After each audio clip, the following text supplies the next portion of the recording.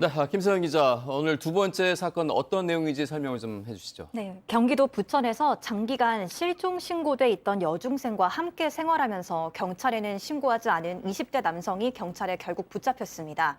남성은 지난 18일부터 25일까지 부천 심곡동 자신의 주거지에서 여중생과 동거했던 것으로 드러났는데요. 여중생은 한 달여 전 세종시에서 실종자로 접수된 이후에 행방을 알 수가 없어서 장기 실종 아동으로 분류된 상태였습니다.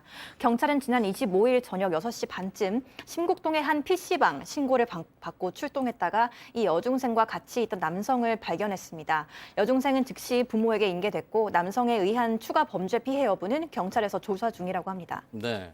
양지열 변호사님, 이게 그러니까 그 PC방에서 112로 신고를 했다는 건데요. 네. 왜 신고가 이루어진 거죠? PC방 관계자가 처음에 경찰에 신고를 했었을 때는 손님이 나가지 않는다라는 이유로 신고를 한 겁니다. 네. 그래서 막상 경찰이 가보니까 그 손님이라는 사람이 술에 취한 여중생이었던 거예요. 이것만 해도 사실 보통 일이 아닌데 네. 그 여중생을 20대 남성이 부축을 하고 있다라는 겁니다. 뭔가 좀 이상하지 않으세요? 네. 자, 이상합니다. 네. 그래서 여기서 오늘의 두 번째 사건 체크포인트 짚고 가겠습니다.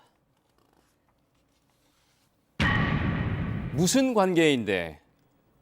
네, 이상한 모습이니까요. 이 취한 여중생과 20대 남성, 누가 봐도 수상해 보이기도 하고 이상해 보이기도 하고 이 남성은 뭐라고 얘기를 했을까요? 네, 이제 출동한 경찰이 도대체 둘이 무슨 관계인데? 라고 물어보니까 사촌동생입니다. 이렇게 얘기를 했어요. 사촌동생이라면은, 그러면은 뭐 어머니 연락처 당연히 알겠으니까 어머니 연락처를 달라. 그렇게 얘기를 하니까 이제 말을 못했다고 합니다. 그러니까 알고 보니까 지금 이제 추궁을 했더니 이게 이제 사실이 아니라는 거는 뭐 금방 밝혀지죠. 경찰 조사 결과 이 남성하고 여중생은 지난 17, 18일 사이에 SNS로 연락을 주고받았고 뭐 여중생이 뭐 딱히 갈 데가 없다, 주거지가 없다라고 얘기를 하니까 이 남성이 우리 집에 와서 지내라라고 얘기를 했고 그래서 18일에 부천에서 둘이 만나서 같이 지내게 됐다고 합니다. 네.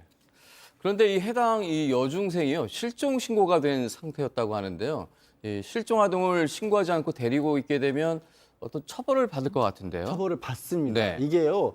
사실 2005년부터 실종아동보호법이 만들어져서 형사처벌 대상인데 모르고 있는 사람들이 있어요. 모르고 네. 있는 사람들이 특히 잘못된 생각을 하고 있는 사람들이 있어서 그런데 아니 사촌동생이라 그랬다니까 생각해 보면 자기 사촌동생이 만약에 18살도 안 된 사촌동생이 집을 나가서 실종돼 있는데 누군가 성인 어른이 남성이 데리고 있으면서 그 사실을 부모라든가 경찰에 알려주지 않고 보호한다는 명분으로 데리고 있으면 그게 가당키는 한 일일까요? 네. 당연히 형사처벌 대상으로 해야 무슨 일이 있었던 건 그래야 그런 일이 반복되지 않을 수가 있는데 그래서 5년 이하 징역으로 꽤 무겁게 처벌하는데 네. 모르는 사람들이 생각보다 많습니다. 아. 이게.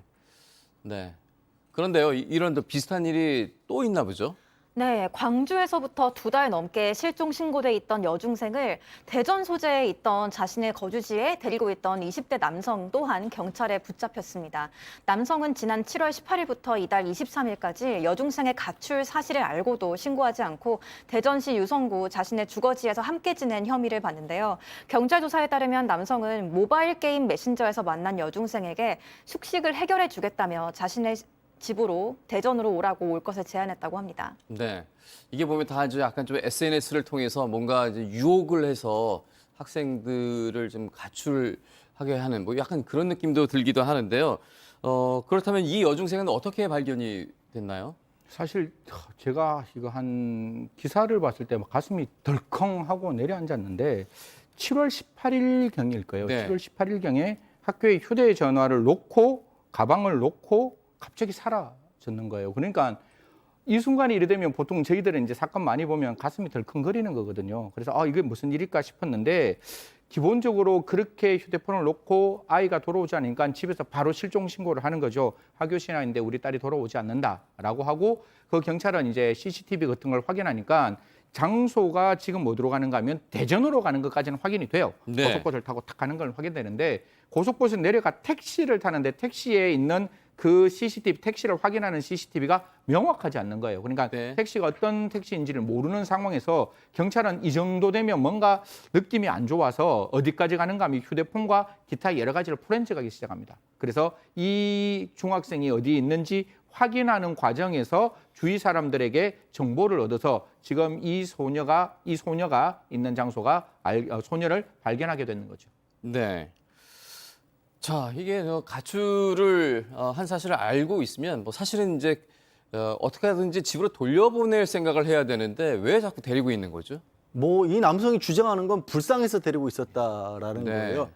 아니 집도 졸도 없고 정말 오갈 데 없는 아이일 경우라도 이 기관 관련 기관에 신고를 안 하고 자기 마음대로 임의로 보호하면 안 되는 건데 집이 뻔히 있고 가출한 걸 알았으면 그러면 이 여학생 여중생이 불쌍하면 집에 있는 부모는 어떤 상황이라는 거예요. 네. 아무래도 의심스럽잖아요. 지금은 일단 여중생을 분리해서 상담 중이고요. 또 추가적으로 혹시라도 굉장히 의심스럽죠. 네. 가출 기간에 다른 별도의 범죄가 있진 않았는지를 조사하고 있습니다. 그렇습니다. 그 부분이 정말 좀 잘 조사가 돼야 될 것 같은데요.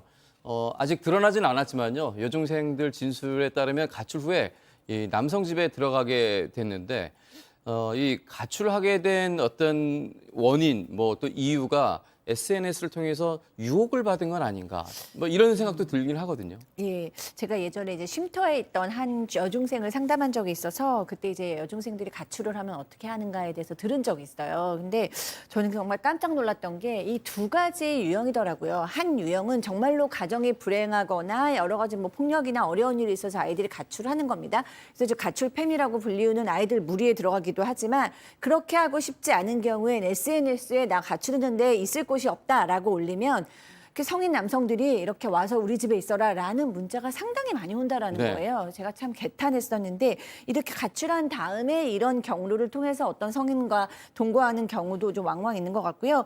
또 이제 그 전에 불행하거나 이제 불우하다고 느끼고 있는 약간 힘든 문제가 있는 여중생과 미리 인터넷 아닌 온라인 안에서 이제 어떤 인간관계를 쌓는 거죠. 그래서 계속해서 좀 연락을 하면서 친밀해질 때 이 여중생을 일종으로 이제 조종하는 남성들도 있는 것으로 네. 보였습니다.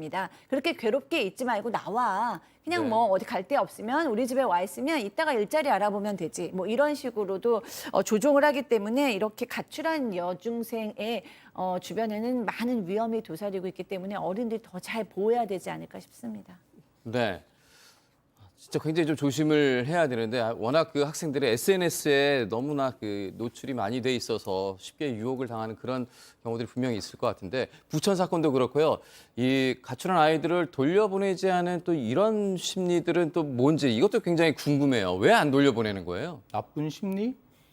아주 나쁜 거죠. 뭐 그 심리를 분석할 필요가 있겠습니까? 시청자나 여러분이나 다 같이 그 행동은 무엇을 의미하고 무엇을 요구하고 무엇을 바랬는 건지 뻔히 알고 있는 거니까요. 네. 사실 이게 법이 만들어져 있는데 왜 이 법들이 이런 어떤 미성년자를 유혹하고 있는 사람들에게 제대로 적용 안 되는지를 좀 개탄스럽게 제가 다시 한번 시청자 여러분과 이야기하고 싶은 게 법이 바뀌어가지고 지금은 13세에서 16세 미만인 그 아동들에게 청소년들에게 전적인 동의를 받고 19세 이상이 궁박한 상황을 이용해서 흔히 말해서 성적 어떤 그 관계를 맺게 되면 굉장히 엄하게 처벌하고 있는 거잖아요. 지금 갈 데가 없어가 가는 그 청소년들은 궁박한 거 맞잖아요. 그리고 지금 드러나지는 않았지만 혹시 그 과정에서 분명히 어떤 성적 자기 결정의 자유를 침해하는 행동이 있었으면 그 중학생들의 전적인 동의가 있었다 할지라도 저는 처벌받을 가능성이 있고 또 하나 그루밍이라고 들어보셨죠? 네. 흔히 말해서 SNS를 통해서 사람을 길들이게 하고 네가 무엇이 필요하면 내가 너에게 무엇을 주겠다라고 이야기를 했을 때 적어도 19세 이상이 16세 미만인 아이들에게 이런 행동을 요구하면 처벌하는 규정이 만들어져 있으니까요. 제발 좀 경찰과 수사기관은 도대체 이 사람들이 아이들을 데리고 어떻게 이야기했는지 저희들 사파에는 한 줄밖에 없잖아요. 재워줄게. 이게 아니라 앞뒤에 대화가 분명히 있을 거라고요. 그러면 이 범죄 그루밍으로도 처벌하고 그리고 그 과정에서 그 성적 자기 결정의 자유에 침해가 있었다면 합의가 된다 할지라도 처벌되도록 만들었으니까요. 좀 이렇게 이런 행동에 대해서 좀 사회적인 경고적 기능으로 좀 제대로 처벌을 했으면 좋겠다는 말씀 드리겠습니다. 네. 조금 어려운 상황에 있더라도 우리 학생들 이런 유혹이 많을 수 있으니까요. 좀 조심해야겠습니다.